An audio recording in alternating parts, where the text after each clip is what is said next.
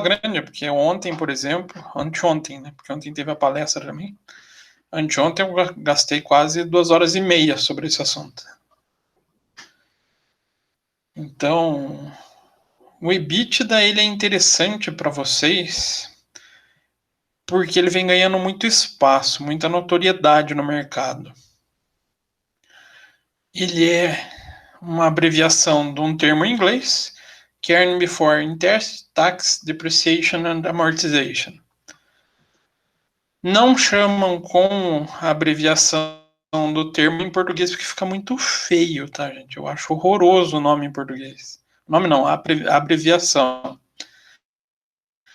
Que em português o termo chama lucro, juros, impostos, depreciação e amortização.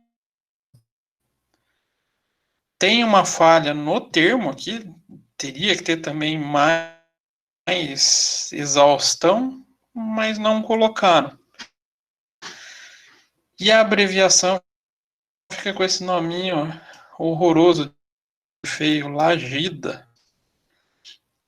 Então, dentro das empresas, vocês não vão escutar Lagida jamais. Ou vai ser um caso muito atípico. É horrível, gente, horrível.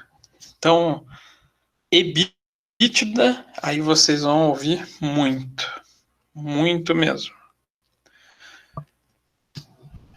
Por quê? Vou até dar uma pulada, isso aqui a gente firma mais na aula do EBITDA. Por que ele vem se tornando um indicador considerado plano? Falarem com o investidor europeu, eles vão ter tendência a perguntar para vocês sobre o EBITDA da empresa. Então, o EBITDA, para esses analistas, ele funciona justamente como um potencial gerador de caixa. Potencial, cuidado com esse termo. Mas esse gerador de caixa de uma unidade específica ou de uma atividade específica que é a área operacional. Por isso, então, deixa eu até usar o marca-texto, a gente perde aqui a figura de juros, impostos. Aqui, impostos, quando a gente pensar em impostos, é imposto sobre o lucro, tá? Depreciação e amortização, eles são excluídos desse lucro, ou na verdade, excluídos, que eu quero dizer é o efeito. Quando a gente chegar no cálculo, vocês vão ver que a gente vai somar esses valores para tentar demonstrar para o investidor quanto que a empresa teve capacidade de gerar de juro, de lucro, somente com a operação da empresa, sem pensar na parte de investimentos e financiamentos. E tira a depreciação, amortização e exaustão por um conceito, por um critério. Ele é um valor não desembolsável, né? Então, por isso, ele se torna essa figura de potencial fluxo de caixa. Então, se quer saber se uma empresa está indo bem ou está indo mal, uma das ferramentas possíveis é a figura do EBITDA.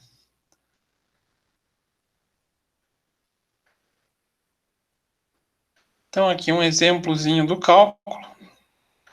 Então, a ideia é que ele seja uma demonstração, ele é baseado, totalmente baseado, na demonstração de resultado do exercício, e ele é feito através de um rearranjo, onde se utiliza o lucro líquido,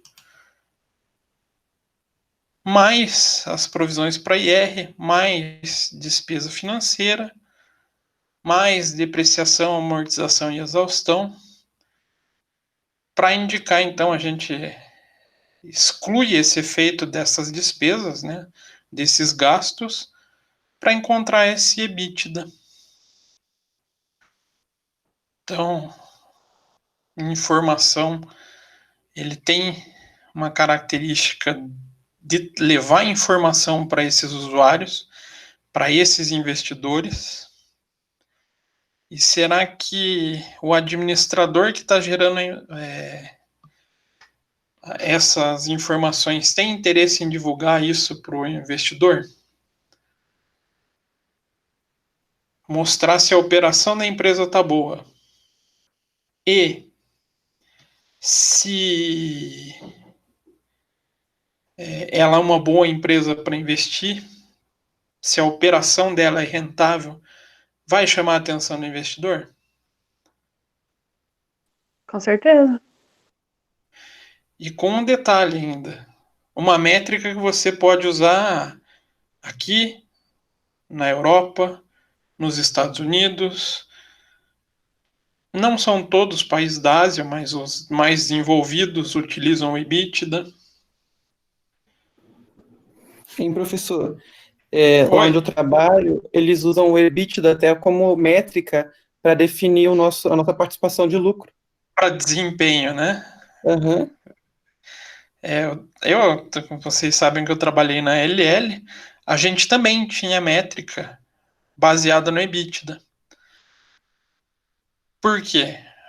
A gente, como gestor, tem que pensar: a empresa só vai bem se o funcionário for bem. O funcionário desempenhar a sua atividade de maneira satisfatória. E uma maneira de saber se a atividade dos funcionários estão sendo desempenhada de modo satisfatório no reflexo financeiro, no EBITDA.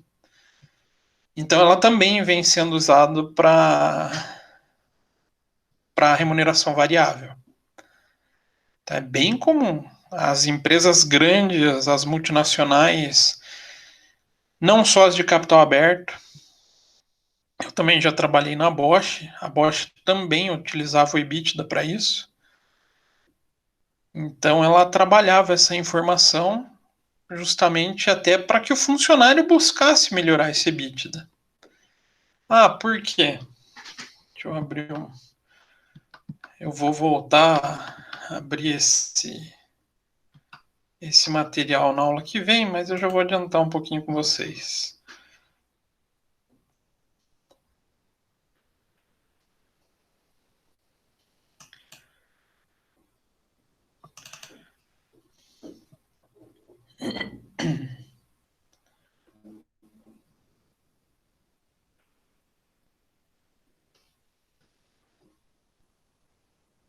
Eu acabei separando duas demonstrações não, né? São reportes financeiros de uma empresa até relevante no nosso cenário, que é a Embraer, né? E por que eu fiz até a questão de escolher ela?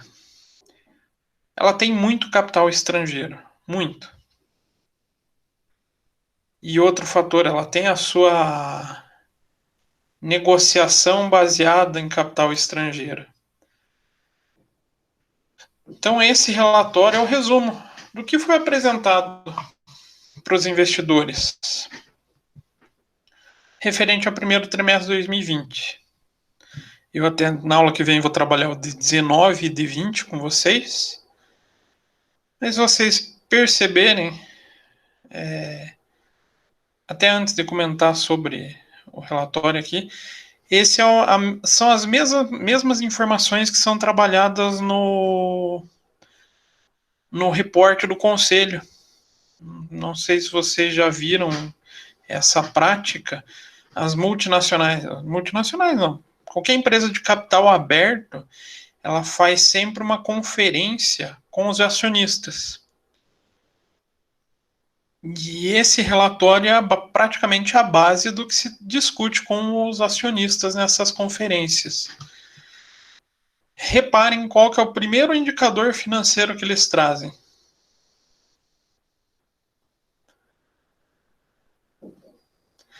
Ele fala das vendas, bacana, mas ele já tenta trabalhar a figura do EBITDA. Então ele já traz aqui o EBIT e EBITDA. Reparem que ainda tem um derivativo do EBITDA. O EBITDA, o DA aqui, leva a depreciação e amortização. O EBIT, ele só leva a figura do lucro antes dos impostos, juros. Então, ele desconsidera a figura das depreciações. E, dentro dos principais indicadores financeiros, de 16 indicadores, 16 não, são 15, se não me falha a memória, 2, 4, 6, 8, 10, 12, 14, 15 indicadores, 8, mais da metade são relacionados ao EBITDA. Mas por que será que a Embraer tem essa preocupação de trazer o EBITDA para a pauta das discussões com os acionistas? Aí a gente volta lá para o que o Assaf Neto conceitou.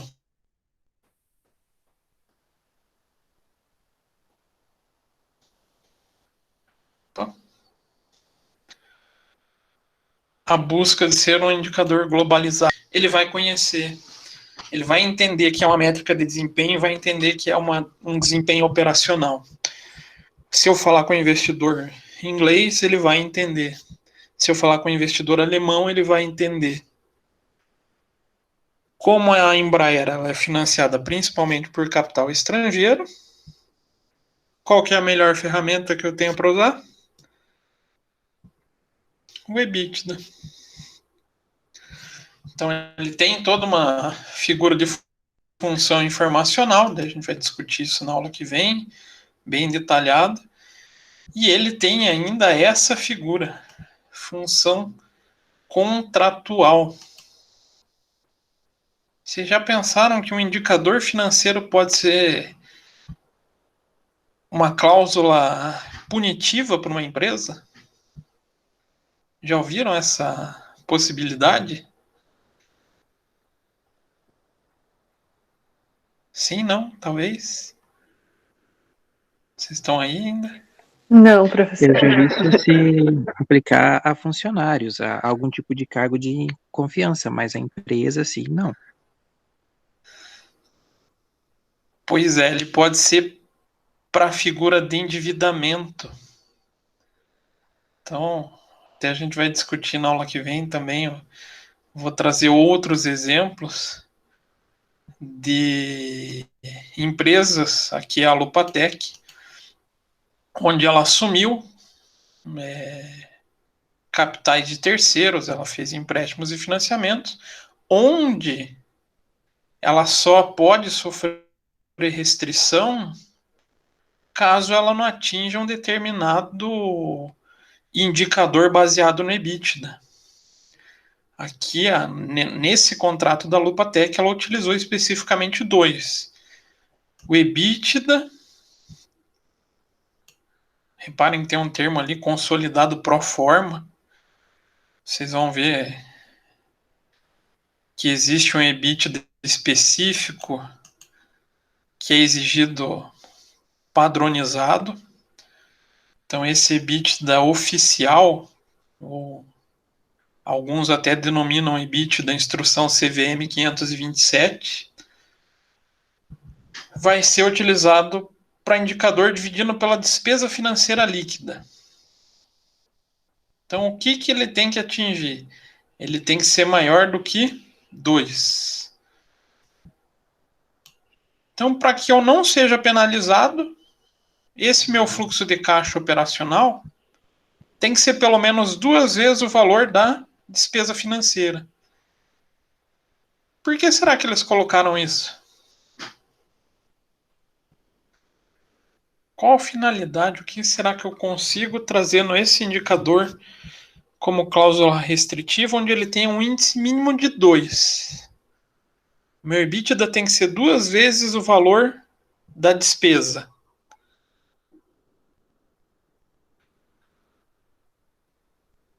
Não é uma garantia maior que esses juros pode ser pago? Por isso eles trazem esse indicador.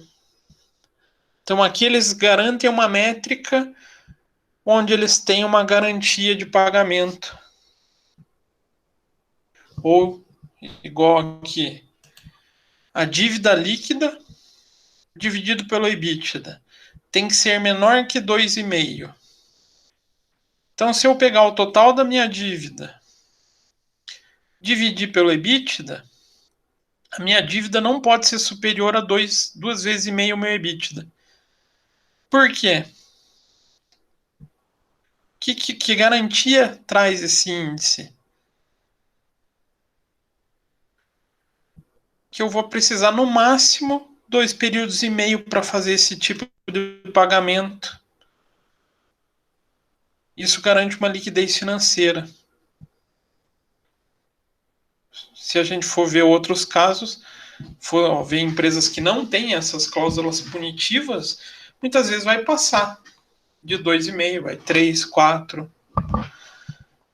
Aí o endividamento começa a ficar muito grande em relação a esse potencial fluxo de caixa operacional. Ela vai sofrer mais, vai precisar de mais períodos para conseguir pagar suas dívidas.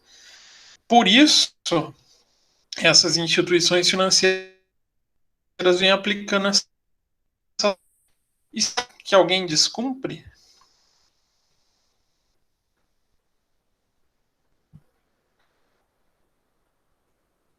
O que vocês acham? Descumpre, não?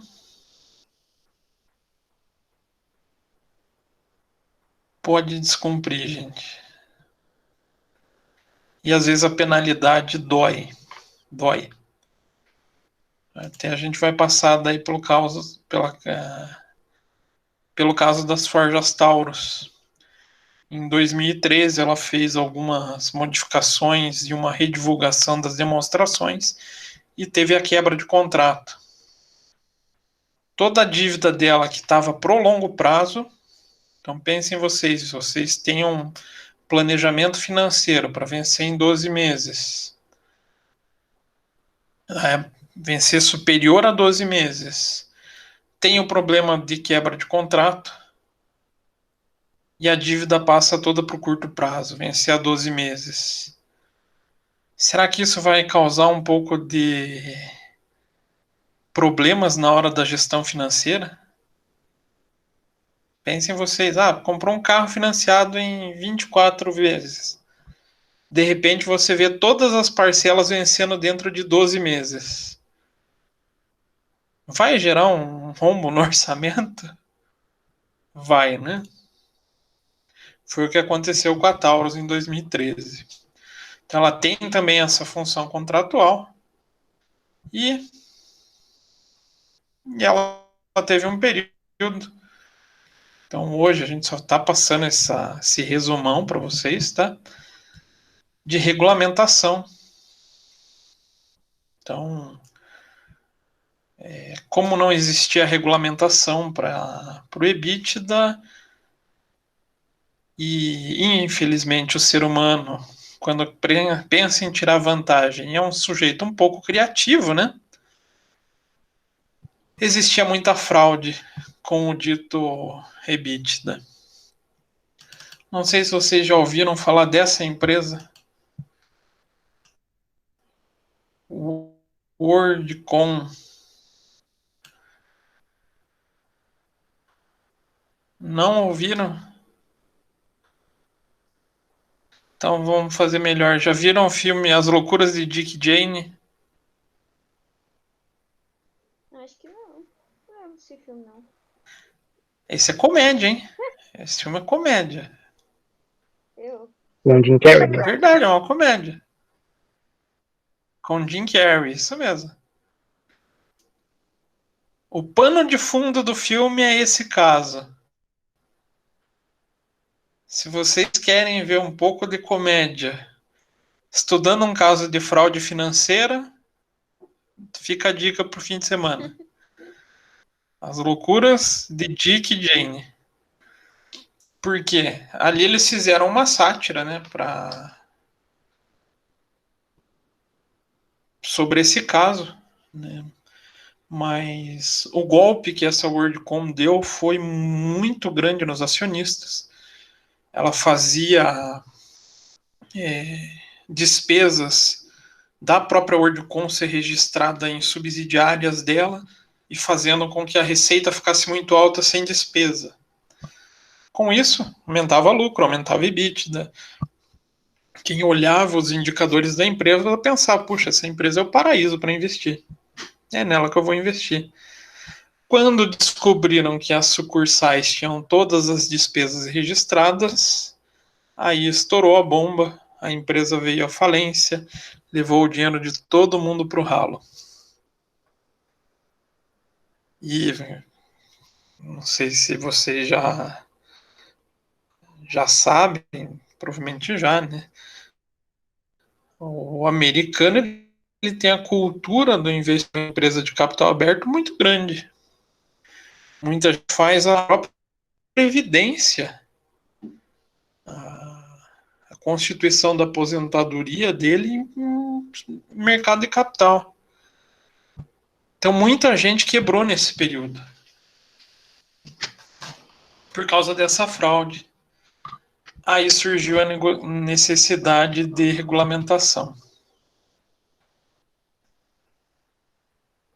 Aí também vem o Brasil, regulamenta, aí faz toda a normativa para que todo mundo divulgue da mesma maneira o EBITDA. Professor, Mas então... Oi? o EBITDA ele seria, então, cada país tem a sua regulamentação? Vem se padronizando de modo internacional. Apesar que normativa só pode sair por país, né? Cada país só pode normatizar a sua economia.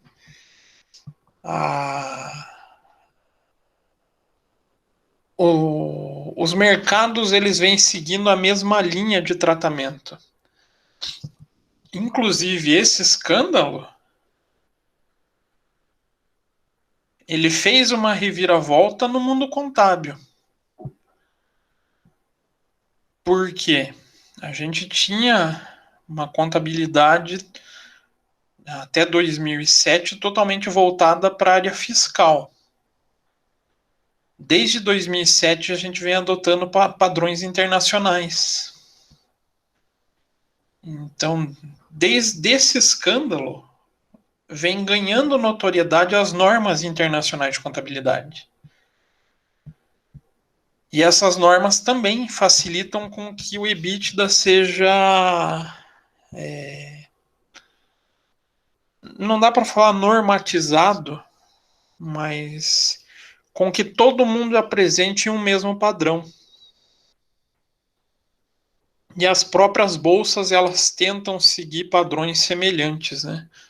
Bolsas e Comissão de Valores Mobiliários. Então, se vocês olharem normatização da SEC lá nos Estados Unidos, vocês vão ver que o EBITDA tem o mesmo formato para ser divulgado igual aqui no Brasil.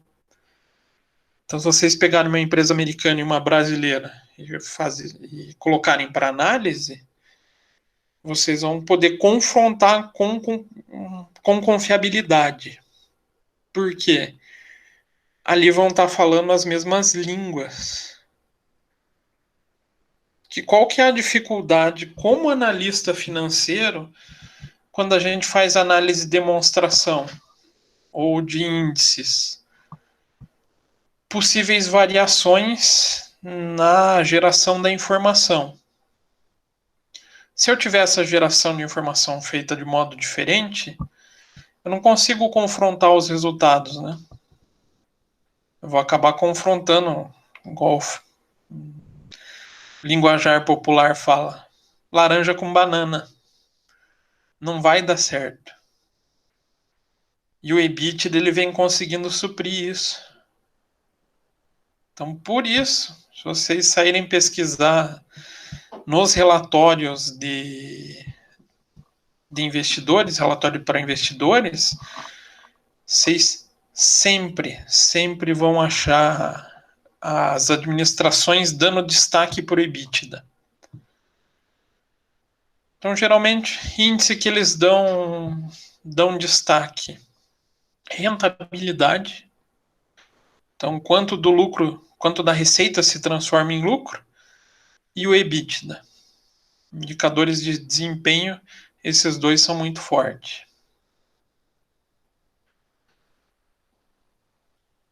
Mas o que ele é, até como pergunta que eu coloquei no fórum,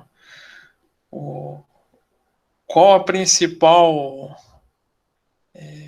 função do EBITDA, o principal benefício? É poder trazer essa métrica de geração do fluxo de caixa operacional, ou esse desempenho operacional, de modo globalizado, como uma informação global, que todo mundo entenda. Então, só para dar esse briefing de EBITDA para vocês, mas na aula que vem vai ser um pouquinho mais longo. Aí a gente vai efetivamente calcular, vai analisar. Se vocês olharem o material, vai ter cálculo. Vocês que gostam bastante de cálculo, né? Vai ter cálculo. Vai ter indicadores sobre esse índice. Fica mais divertido daí, né? Fica mais legal. Mas vocês vão ver que é bem tranquilinho. Parece um bicho de 7 cabeças, não parece? Pelo nome até. Vocês acham que parece ou não? Parece que tem muito cálculo. Sempre parece um negócio que nunca vai dar certo. Vocês vão ver que vocês vão só somar e diminuir. Só. Senhor, descobri que até nisso dá pra errar, que é uma beleza. Ah, Se o negócio que é óbvio fica cagado. pelo menos assim, a distância vocês têm a vantagem de poder fazer no Excel. Ajuda? Acho que se fosse no caderno, piorou. Não, a minha preocupação sempre em sala é que vocês se batem com a dita calculadora. Isso me dá medo. Ainda mais quando vocês mexem com a dita HP, aquele bicho lá é. Bom, vocês sabem a minha opinião da HP, né? Eu não sou mais amigo dela. Aí eu deixo esse tempinho final para vocês. Pode borrar todo o slide aqui. Se vocês querem fazer alguma pergunta dos exercícios, Professor, é bem isso aí mesmo que eu tenho dúvida. mas é do 2 ou do 4? Deixa eu ver aqui. O 2 e o 4 eles são muito parecidos. É daquele 2 que o senhor passou na última aula, lá da empresa XYZ. Que é da última aula são todos esses. Tinha mais Certo? de 2? Sim. Capaz que eu só vi 2. Nossa, a cara de desespero que eu vi agora. Cacete que eu vi 2 só. Agora deixa eu ver qual que eu fiz. Pra mim que era 2. Qual que é a diferença do 2 pro 4? Nenhuma. Se vocês olharem, o 2 ele tem share. Então ele já fala aqui, ó, a participação do produto A, B e C já é dada. Então, isso daí no caso não precisa fazer aquele MDC, isso? Isso. Tá, a dúvida que eu fiquei, professor, que foi até a pergunta do Eric agora. Mas aí eu fiquei na dúvida, pode um produto dar margem de contribuição negativa? Professor, nas minhas contas essa palhaçada deu. Fiquei revoltada, falei, será que tá certo? Eu e o Eric com o negócio negativo, eu fiquei... Tô achando que tá errado até agora. O Eric ficou revoltado também? Não sei se a revolta dele foi tão grande igual a minha, mas eu fiquei chateada. Vamos Jogar isso aqui pro Excel bem rapidinho. Agora eu tô chateada que eu não tinha visto exercício 3 e 4. Mas eu vou colocar até. Vou ser bonzinho, vou colocar até domingo, tá? Pra vocês não chorarem. Vamos ver se ele vai colar direito aqui. Eu já tinha até enviado assim, não, mas se o senhor coisar, eu vou editar daí. Daí eu vou terminar de fazer.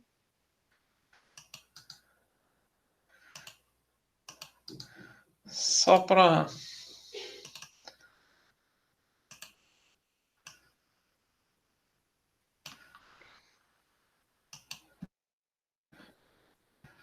Vocês verem que esse ponto pode acontecer. Então, se a gente pegar lá matéria-prima 1 no exercício, quanto que custou?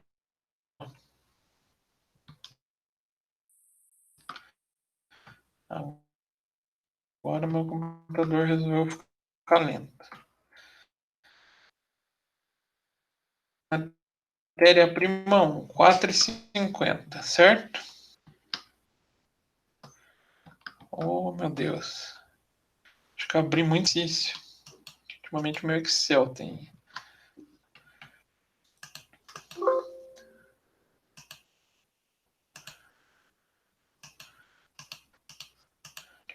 Aqui também. Então, matéria-prima 1, 4,50, né? Vai uma unidade? 4,5. Opa. Unidade. 4. 2 unidades. E aqui também 9. Isso. Matéria-prima 2. Quanto que estava custando? Matéria-prima 2. 2,50 por unidade. Então, igual 2,5 vezes meio. É 2,5 direto. Embalagem. Uma unidade para cada um. Cada embalagem custa 2,50. Então, 2,5. 2,5. 2,5. E a mão de obra direta. Quanto que a gente está gastando por hora? R$6 a hora. Então, 6 igual 1,5 vezes 6, 2,5 vezes 6. Somando aqui, a gente encontra o quê? Custo variável de cada produto, certo? Aqui é só custo. Isso se a gente colocar a fórmula certa, né? Então, 12,50, 23 e 34. Algo me diz que o 34 é que foi o problema. O produto C.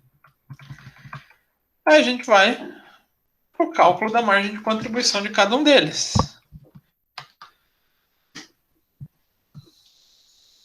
Então a gente vende por quanto? 24, 28 e 32,50. 24, 28, 32 e 50.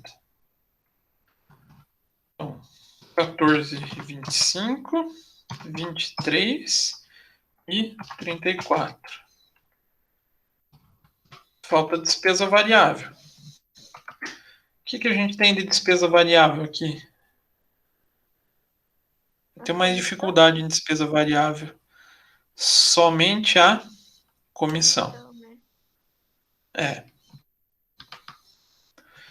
Então vai ser o preço de venda vezes 5%.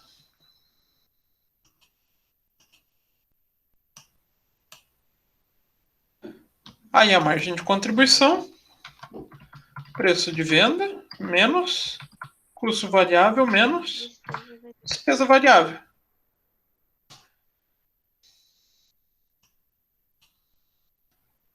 Três e 13 negativo. E agora? Era isso mesmo? Ah, meu deu uns picados pra cima. Ah, pode ser o arredondamento, né? Porque aqui tem percentual, mas dá negativo. E será que isso acontece no dia a dia? É bem capaz. Isso é uma das coisas mais comuns da gente encontrar. Porque os empresários têm dificuldade em achar esse cara. Muitas vezes eles passam pela dificuldade de não conhecer os custos. Quem de vocês conhece uma empresa que não tem um sistema de custeio bom? É fácil de achar? Não precisa ser por empresa grande, não. Podem pensar, uma padaria. Uma padaria, se vocês pensarem, tem um processo produtivo igual aqui. Vai ter trigo, leite. Eu não sei muito fazer pão, mas tudo bem. Vai ter a mão de obra do padeiro. E ele vai ter um custo. Não vai? Vai. Aí ele pega e põe um preço de acordo com o concorrente dele. Ele não se atenta a quanto ele está gastando. Ele só se baseia no concorrente dele. Aí ele vai e põe o preço abaixo do que custa. Aí qual que é o problema nesse mix de venda?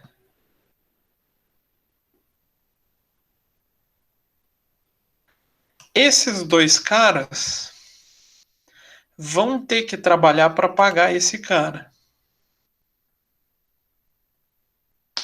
Isso é mais ou menos equipe de aluno fazendo trabalho. Vamos trazer um exemplo bem palpável para vocês. Não tem aquele cara que não faz nada? E que Quem pior, diz? fica tentando conversar no meio do trabalho, tirando a atenção dos outros? Pior. Os outros dois alunos vão ter que pagar por ele. Vão ter que trabalhar por ele. Então, na hora que a gente faz a aplicação do mix,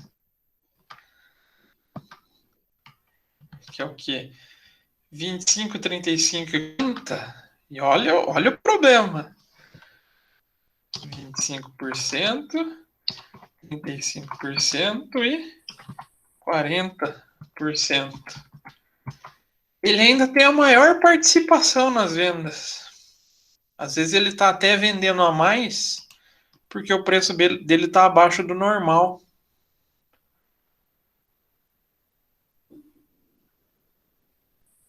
Por isso a importância da gente ver esses pontos de equilíbrio. Conhecer sobre a margem de contribuição. Tem solução para esse caso? Será que tem? Será que não tem?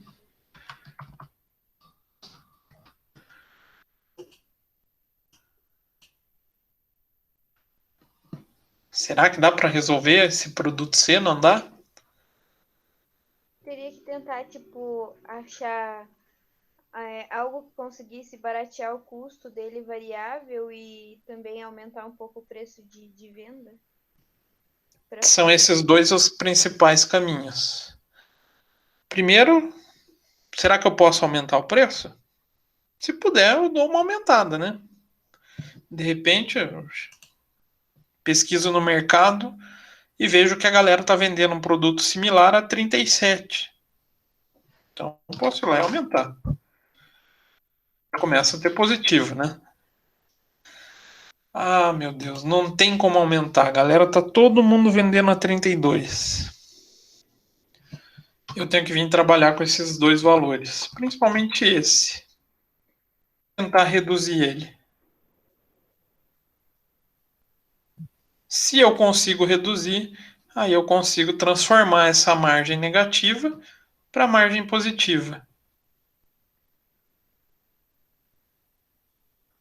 E eu garanto que vocês já viram a empresa fazendo isso e nunca se deram conta.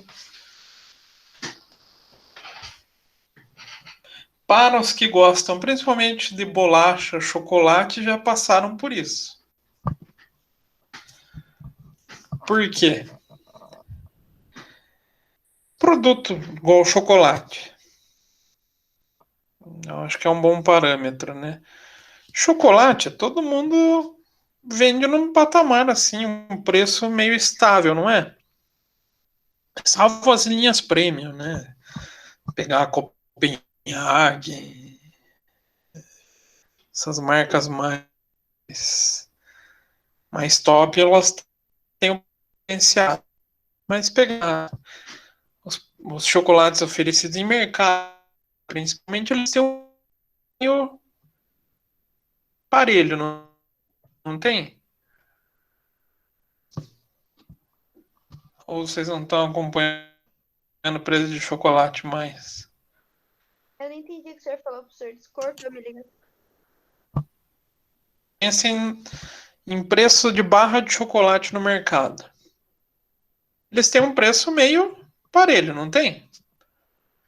Difícil você ver oscilação muito grande. Mas de repente eu posso estar nessa situação do produto C.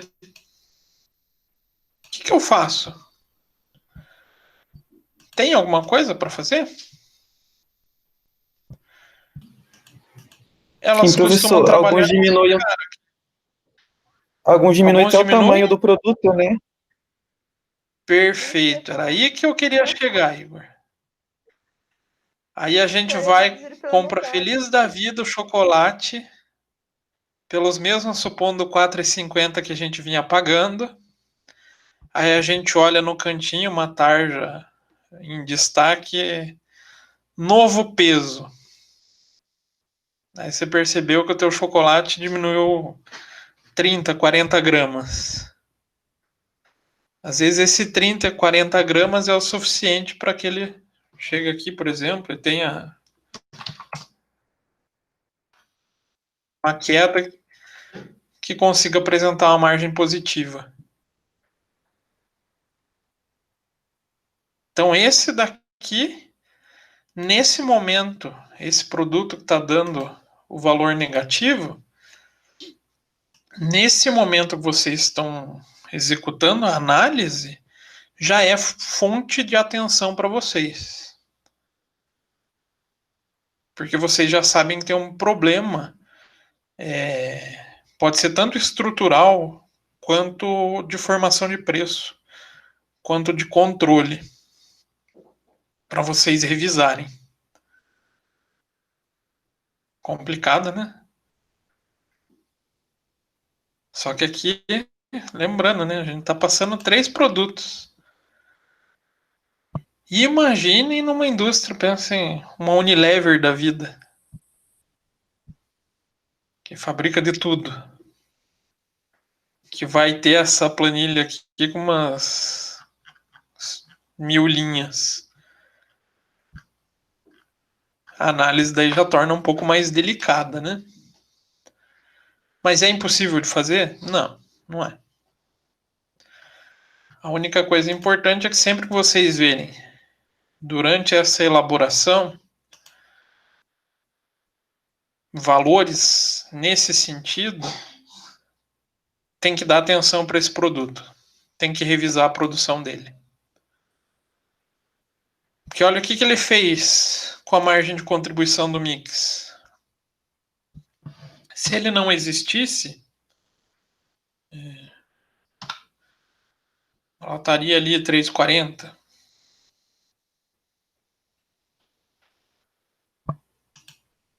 Mas como ele está existindo, o que ele está fazendo? Jogando para 2,15. Ele está consumindo o esforço do produto A e B. Então vamos fazer o ponto de equilíbrio. Então a gente tem 120, 18, 32.500, vamos somando aqui. 120 mil, 18 mil, 32.500. Mais 25 mil, mais 50 mil.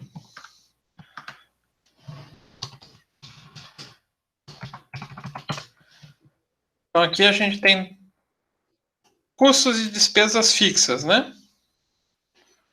Então cadê o somar? Então nosso custo de despesa fixa, 245.500.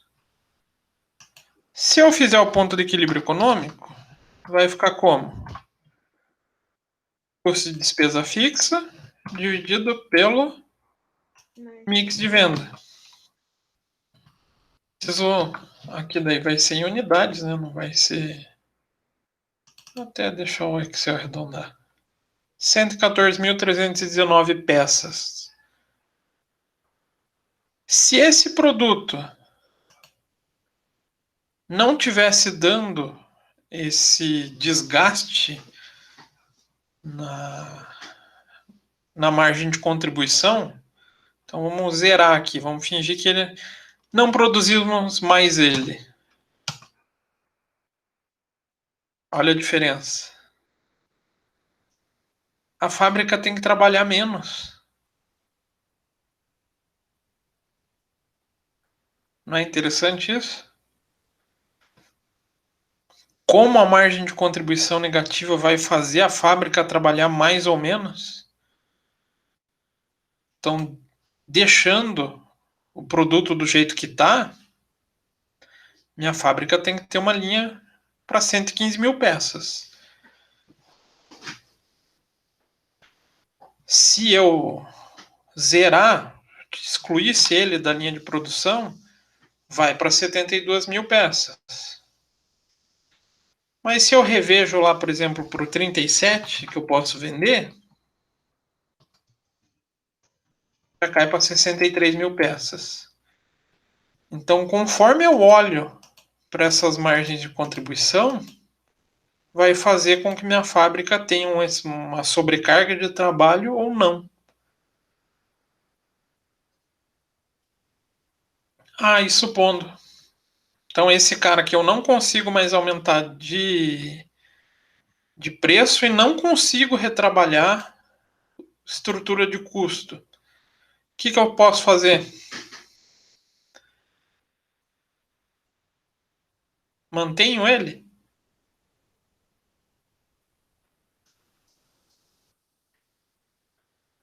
Eu só Tirar, né, professor? Teria o trabalho de manter ele se ele fosse um produto que atraísse cliente para os outros dois. Se ele não fizer essa atividade de atrair cliente para os outros dois, elimina da linha de produção. Por isso Então, que o produto que entra e às vezes, tipo, rapidamente sai, professor? Muitas vezes sim. Ou produtos que vão sendo substituídos, né? E tem produto que fica nessa situação e a empresa mantém? Tem. Exemplo. Esfirra de carne do Habib's. Vocês acham que aquela esfirra dá lucro?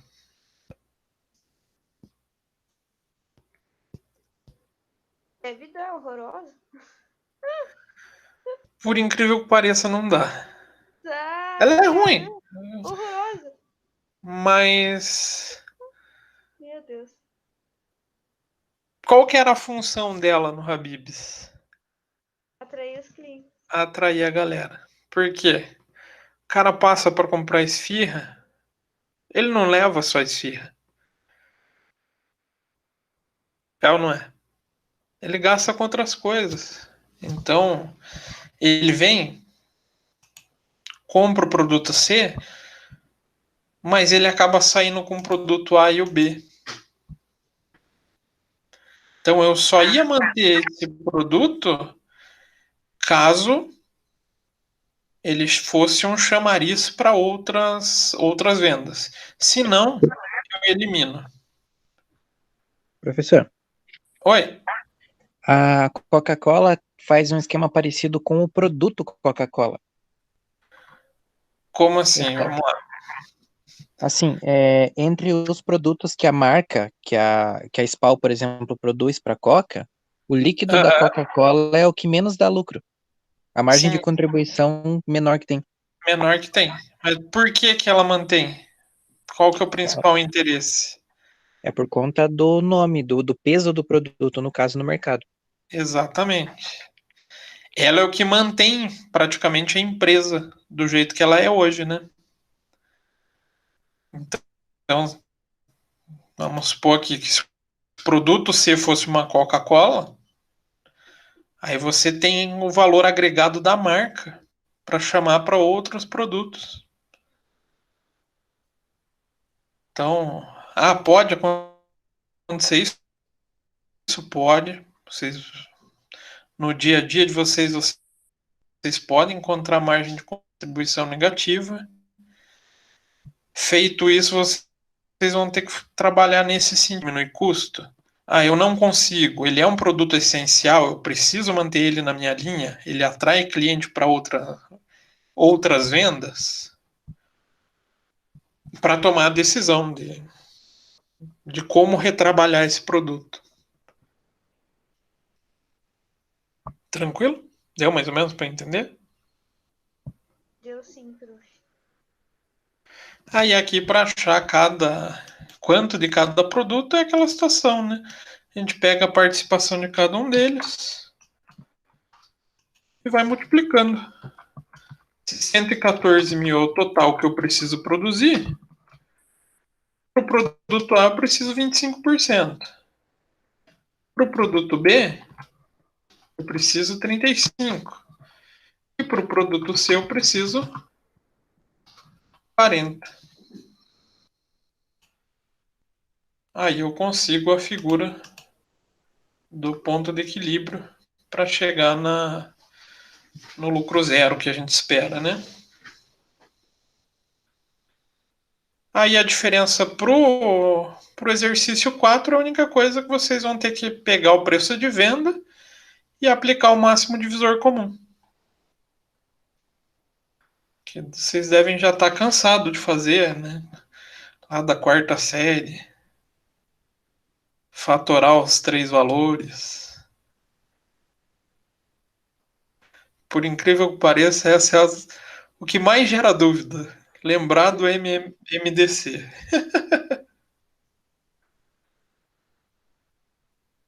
Mais dúvidas, gente? Perguntas, questões? Professora, eu tenho uma pergunta, mas não é sobre atividade. Pode falar. Semana que vem a gente vai ter aula com você ou vão emendar? Vão emendar.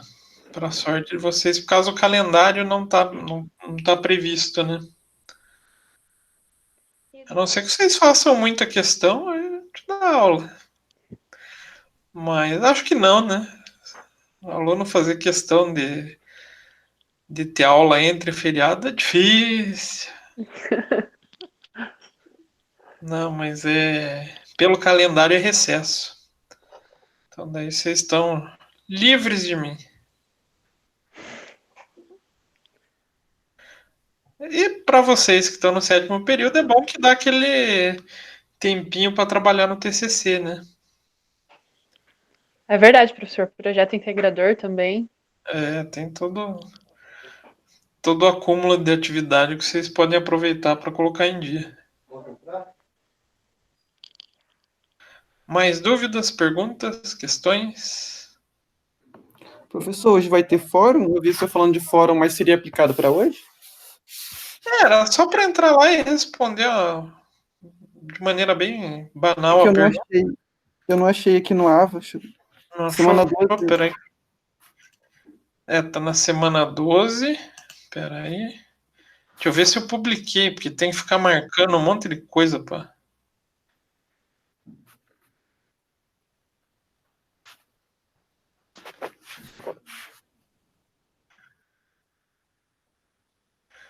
Mexer com esse negócio de Java, a gente tá deixando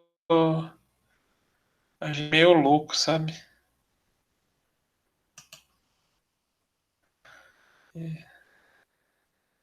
Eu sou muito mais fã da sala de aula. Eu também, professor. Na sua aula é a aula que mais tá me batendo. É que ela é uma aula que exige muita. Não é nem prática, né? Mas muito exercício, né? Muito cálculo. E ela acaba sendo um pouquinho mais complicadinha mesmo. Tem o lado positivo desse tipo de aula que eu consigo, por exemplo, trabalhar com o Excel com vocês, né? Só que eu acho que a desvantagem é muito maior. Que na sala de aula a gente ia estar fazendo no quadro, e daí vocês iam estar interagindo muito mais. Eu sei que na live vocês interagem muito menos do que na sala de aula. Nossa, gente, meu Ava tá horroroso. Não tá abrindo por nada. Professor, a Oi? minha 4 no ponto de equilíbrio contábil, deu uma diferença de. O do senhor deu 21.155 e o meu deu 21.152. Será que. Arredondamento. Mas dá alguma diferença no cálculo?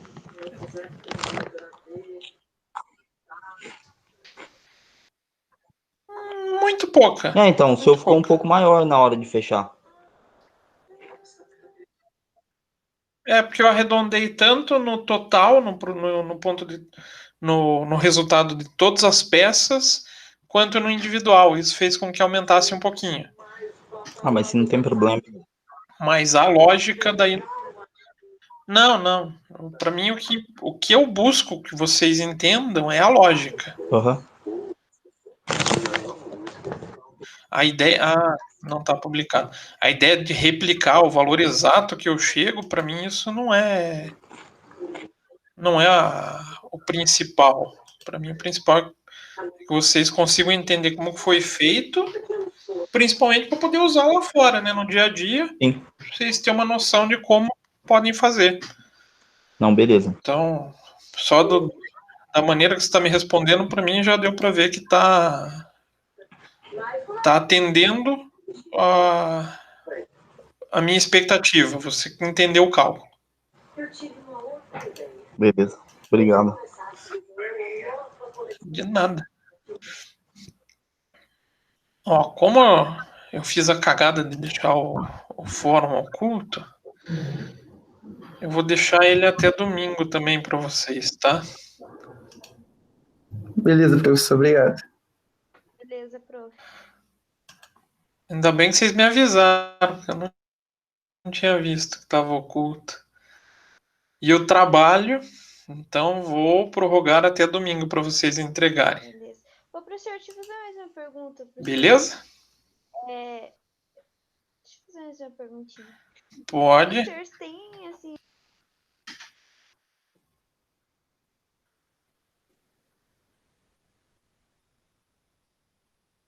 Picotou, peraí, tá. Damares, espera aí que teu microfone ficou mudo. Oh, meu Deus, eu sou muito ruim com tecnologia, espera aí. Ô, professor, o senhor sabe se, tipo assim... Não... Pronto. Ah, bem-vindo ao meu clube. Eu vivo tacando o dedo no negócio de que é bloqueio, desbloqueio, bloqueio, desbloqueio.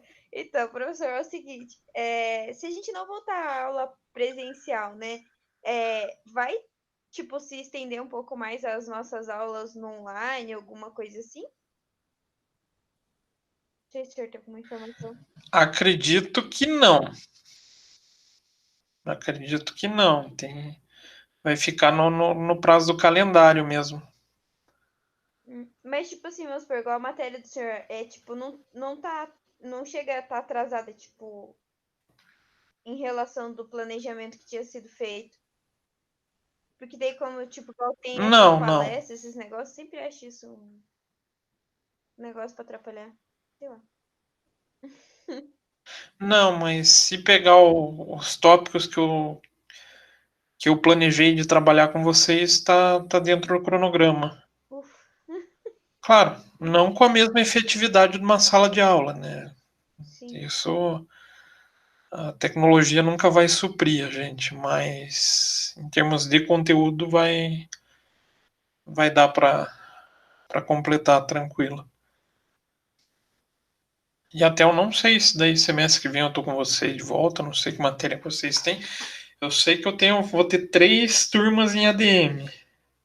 Mas não sei o que é ainda. Entendi. Então é que vocês, né? Também A gente já tá acostumado com vai que vocês nem querem ver minha cara mais. Capaz, professor. Seria até legal manter, né, os mesmos professores com as mesmas turmas, porque daí a gente já, tipo, já tem um pouco, assim, Né? já conhece um pouco, né?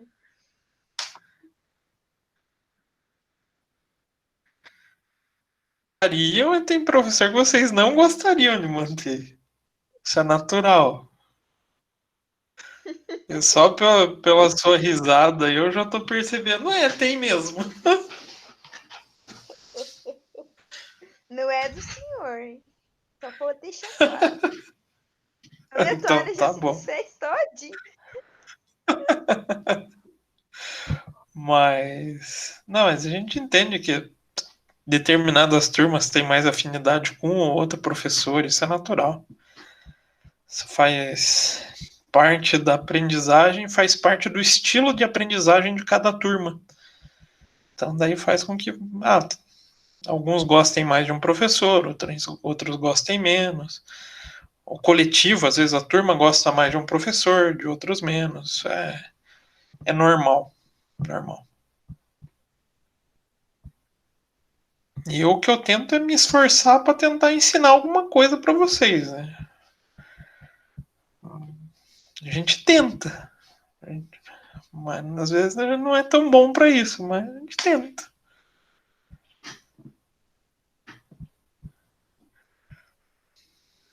Capaz, Beleza, professor. gente? Sua aula é muito boa. Tentamos. É a única aula que Faz eu o tô me possível sentindo para. perdida e, tipo, parece que tá tendo fluxo da matéria, assim, e tá andando. Porque as outras Que eu bom. tô me sentindo flutuando, assim, parece que eu tô em outro mundo. Horrível. Não, que bom. Isso para mim é um feedback bom porque é sinal que não tô errando na condução da aula com vocês, né? Porque eu pelo menos eu tento me dedicar bastante para que isso aconteça, para que vocês desenvolvam o máximo possível, né? Sempre. Mas nem sempre a gente agrada todo mundo. Bom, é natural da vida. Isso aí. Beleza, gente? Beleza, prof. Beleza, professor. Então tá. Então hoje foi esse pequeno review sobre o EBITDA. Na aula que vem a gente pega mais a fundo com ele. E do exercício. Então, esclarecer essa ideia do valor negativo que sim, pode dar. Essa pergunta eu recebi 2 semanas seguidas. Que é natural. O que acontece nas aulas? A gente sempre está esperando, igual para um aluno de contabilidade. Vai fechar a demonstração de resultado que é dar lucro. Gente, mas empresa também dá prejuízo. Não, eu vou fazer a análise do meu investimento, o investimento deu que ele não vale a pena. A gente está habituado como aluno a achar que o resultado sempre vai ser algo que vale a pena. Vai ser o resultado positivo. Ou igual a margem de contribuição, que eu sempre vou ter uma margem de contribuição positiva. Mas não, se a gente for para a empresa, da margem de contribuição, nossa, é um dos principais erros dos empresários. E por esses dois motivos, eles ou não conhecem os custos, ou não sabem informar preço de venda. Até eu deixo a pergunta para vocês. Vocês tiveram o conteúdo formação de preço de venda? Eu acho que foi com a Débora e com o Magno, né? Eu acho que foi com a Débora. Que Eu lembro que a gente viu o markup com o Magno. markup é a técnica de formação de preço de venda. Que daí ele fez a gente fazer as divisões, fazer rateio, essas coisas assim. Isso. Eu lembro dele fazendo essa questão aí com a gente.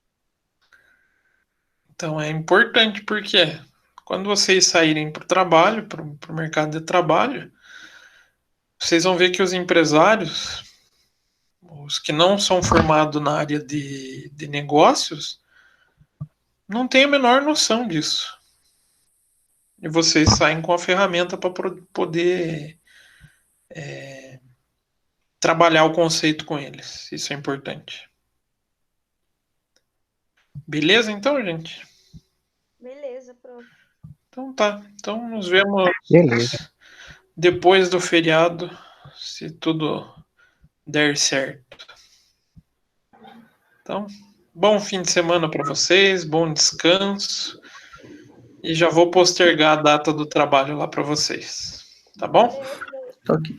Obrigada pela aula aí, pela tirar as dúvidas. E desculpa por semana que vem, mas fizeram o favor de roubar os cabos da net aqui da região. Tem as malandras, né? Ai, gente, cada coisa que aparece. Aí a minha internet foi voltar a ficar quase normal na terça-feira só. Essa semana foi uma maluquice. Isso faz parte. Professor, Oi. mas a galera tá gostando de atrapalhar a live. Esses dias eu fui assistir uma palestra no fim de semana com a professora Nara, aí acabou a luz do prédio dela. Mas da internet, às vezes, tá certo que o roubo do cabo não é culpa da pandemia. Mas os professores têm sofrido muito com sobrecarga de internet. Então, se vocês pegarem, podem ver que a maioria dos professores deve estar migrando do Jitsi. Por quê? Ele é um dos poucos gratuitos. O que os professores estão fazendo? Opa, é gratuito, é o que tem, eu vou nele. Aí tá sobrecarregando a ferramenta. Aí cada um sai correndo para um lado agora, né? Procurando a melhor solução. Mas a gente vai tentando dar um jeito, né? Se Deus quiser, dá certo. Beleza, então, gente? Beleza, prof. Beleza. Então, bom fim de semana para vocês, bom descanso. Ou bom trabalho do TCC, projeto integrador. Igualmente, professor. Bom descanso. Valeu, gente. Tchau, tchau. Valeu, prof. Esse abraço. Tchau, professor.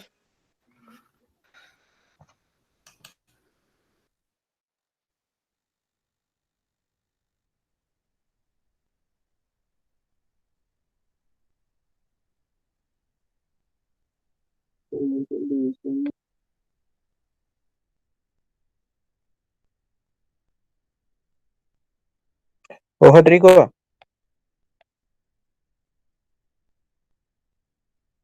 Oi. vai embora, cara. Acabou a aula.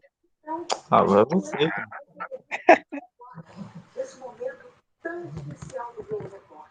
Fez aí os exercícios dele?